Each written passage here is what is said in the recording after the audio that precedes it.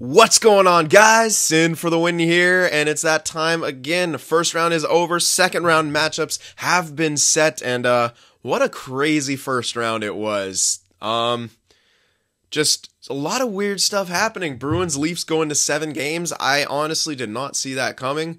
The Flyers and the Pittsburgh series, just more goals scored in that series than some teams, in like one game in that series than some teams did in their entire series. Like it was just a lot of weird stuff that happened, and some people could almost think that some of the matchups were a bit of a letdown. Like, to me especially, the Sharks and the Ducks did not live up to the hype that I gave it. Specifically, I was looking for two forechecking teams to kind of go at it, and I don't know, either the Sharks were just really, really good or Anaheim was just utter trash. But, yeah, and then the, Kings and VGK series, I was expecting more scoring from VGK, too. So, now looking forward into the second round against the Sharks, that's going to be very, very interesting. But, yeah, so those are the matchups. Western Conference, Golden Knights against the Sharks, the Predators versus the Jets. Eastern Conference, Capitals versus the Penguins, and the Lightning against the Bruins.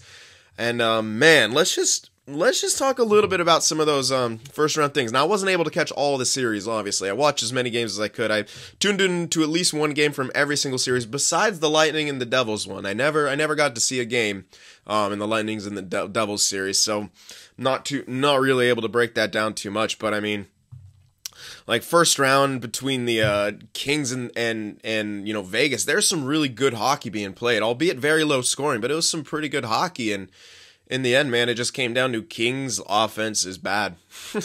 I mean, they relied too heavily on their point to produce, offense, and VGK honed in on that and just completely shut them down. And I mean, the situation between the Sharks and the Ducks, everyone's saying, the Ducks had the better goaltender.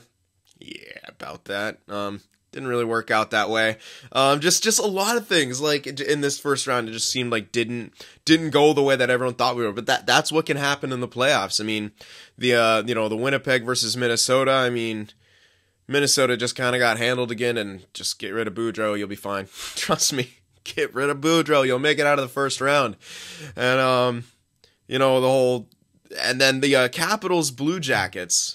That one was interesting. Blue Jackets jumped out to that early 2-0 lead, and everyone just kind of like, what the hell? And then, Washington storms back, and yeah, I wouldn't even necessarily say they played the better hockey game. It's just that the Blue Jackets really squandered their opportunities when they had them. I mean, their power play was just not good enough. No matter, it was just, their power play was bad, and Washington, they're able to score goals. They're, a very solid team. But now, once again, we got to go with them against the Penguins. So, who knows what's going to happen with that one. But yeah, perhaps the longest series and what turned out to be the most surprising and exciting series between the Bruins and the Leafs. Even after 4 games, I was like, okay, well, Leafs are pretty much done. I think they're losing Game 5. And, if it weren't for Freddie Anderson, they most likely would have just lost in Game 5. So, Freddie Anderson was a big piece. Leafs still need defense, and they need their stars to step up, and they need their stars to play defense, because, man, I kind of take for granted sometimes the Sharks and teams similar to that who play, very, very solid two-way games, because I'm watching the Leafs play, and I'm just, cringing at certain times. I'm seeing the center, the one who's, supposed to be the first one back in the zone, gliding back into your own zone, on the back check. What are you doing? And goals were scored like that, and it was Austin Matthews. That's supposedly the new face of your franchise. And he's not back checking. Yeah, there's a lot of big things that Toronto needs to learn as a group. Not only getting better defensive core, but they need their forwards to actually help out a lot more in the defensive end of things. They have a couple who are good defensively, but that's not enough. You need everyone pitching in. And I mean, the only problem with the Leafs is they look great in the offensive zone, and they have great goaltending, but you're not going to be able to win a majority of the games by offensive possession alone. It's unfortunately not realistic. You're not going to be able to dominate the possession in every single game. It just can't go like that. You need to have both sides of that game. So if there's one thing Leafs need to do moving forward, it's definitely that. But yeah, it turned out to be one of the more exciting series. The Flyers almost pushed theirs to Game 7 too, which was very impressive, but again, bad goaltending, bad coaching too, in my opinion. You have opportunities to put guys in like, Sanheim, and you opt for like Gudas and Manning and stuff before him. I completely disagree with that kind of stuff. Gudas is a liability. He's plain and simple. Gudas, like Polak, in my opinion, is a liability. Although Jake Gardner is definitely giving Polak a run from his money. But yeah, anyway, that kind of concludes my little analysis of some of the first round series. But let's talk about the matchups here for the second round. So we'll start in the West. First things first, Golden Knights versus the Sharks. Now this is incredibly interesting. Two teams just swept their opponents. They have incredible goaltending. Sharks only let in 4 goals total throughout those 4 games. VGK only let in 3 goals total throughout those first 3 games. Now, it's going to be a clash, and kind of a clash of cultures, but at the same time, Sharks have shown against the Ducks that they do have a bit of a transition game, albeit against a more of a slower team like the Ducks. And when we did see the Ducks start to pick up their game, that was the one game that the Sharks weren't as sharp in. Now, we don't, obviously correlation does not equal causation, but this series will be able to tell us whether or not the Sharks have fully adapted to where the new NHL is going. They've looked good so far, but again, it's a small sample size. So Sharks are going to have a lot to prove to themselves. Vegas has a lot to, obviously not really a lot to prove, but they're hungry. I mean, I guess you could say a lot to prove, but as an expansion team, you really, whatever you do is a bonus anyway, in my opinion. But with how good of a year they've had at this point, we can't just say, they can't fall back in the expansion team excuse anymore. They obviously put together a great team. They're a good team now. You have Marc-Andre Fleury, who's an elite goaltender. They're kind of more expected to beat the Sharks now, and I'm happy for that, because funnily, the Sharks are the only team that didn't have home ice advantage in the first round who made it through. Now, that is an interesting stat. The Sharks have always kind of statistically been really good on road in the playoffs. Well, in recent history, they have been pretty damn good on the road. And so they always kind of seem to do pretty okay with that us against the world mentality. I think that the compete level on San Jose, sort of like in Vegas, their compete level was so high from all those, borderline guys that they got, all these guys who are trying to break out on teams who have that competitive edge. And I think that's the way kind of Vegas built their team, is just really, really high compete levels. And the Sharks have that too. And especially when you add Evander Kane into the mix, I mean, a guy who's just thirsty, absolutely thirsty, and already has a high level of compete. I mean, it's going to be a very good series no matter what. And we'll really, I think this series needs to go to 6 or 7 games just so we could see just some great, hungry hockey play between two awesome, Western Conference teams, man. And it's could be a good sign of things to come in the Pacific too, the way this series goes, and maybe a little bit of a rivalry going to start up, but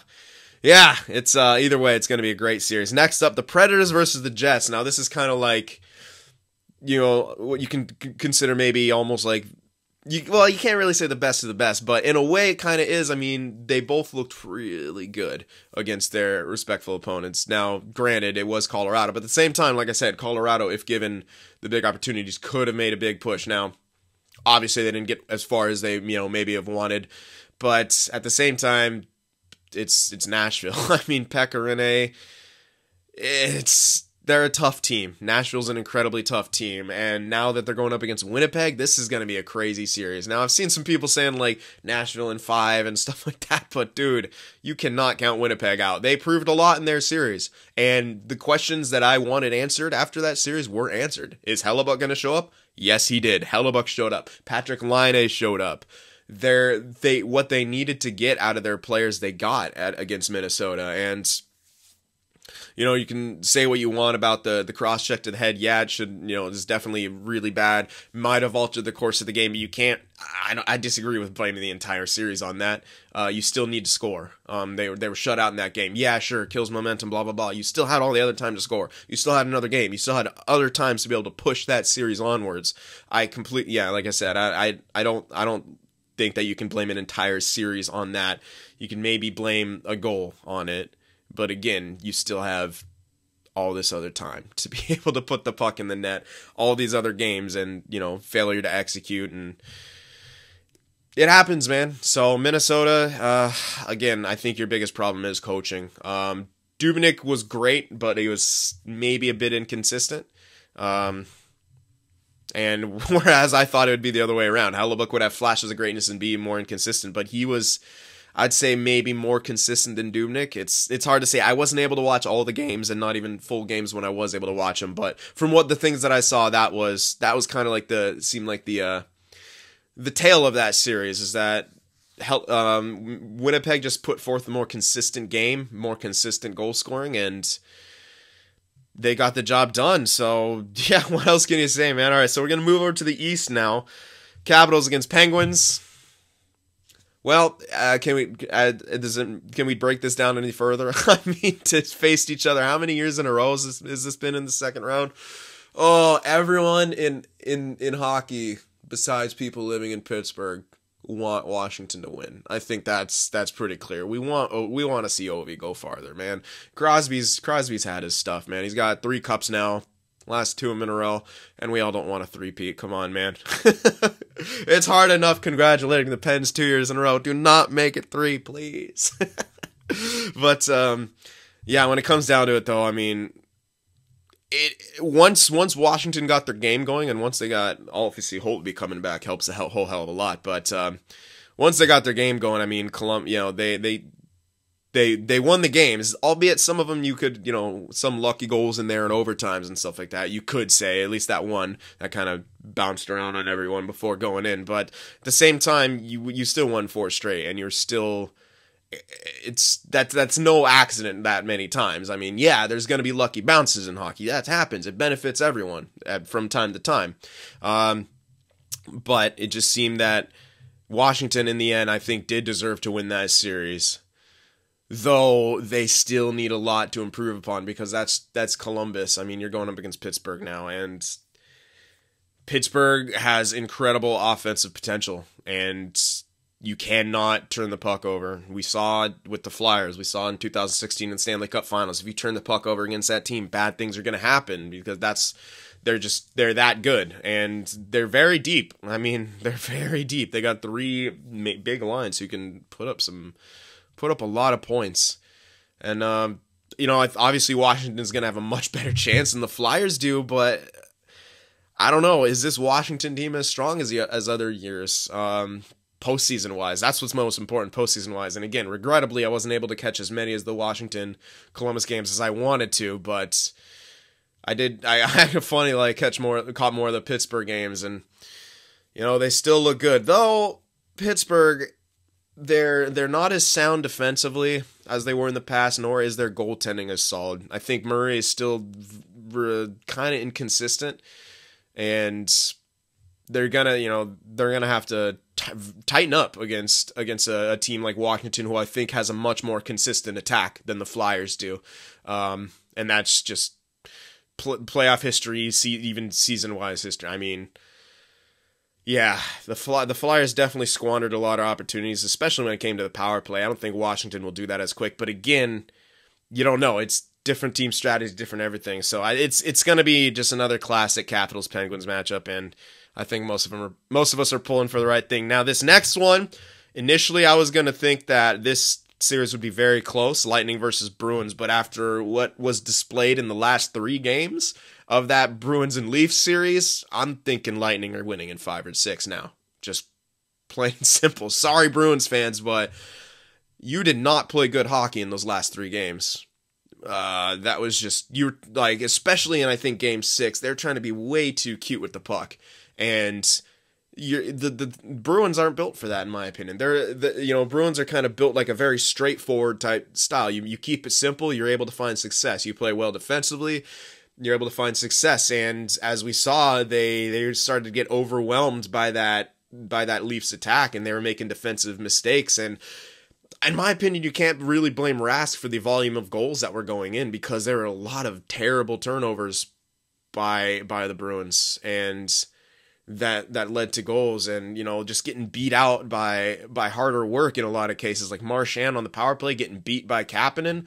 You gotta hustle, man, and you just yeah.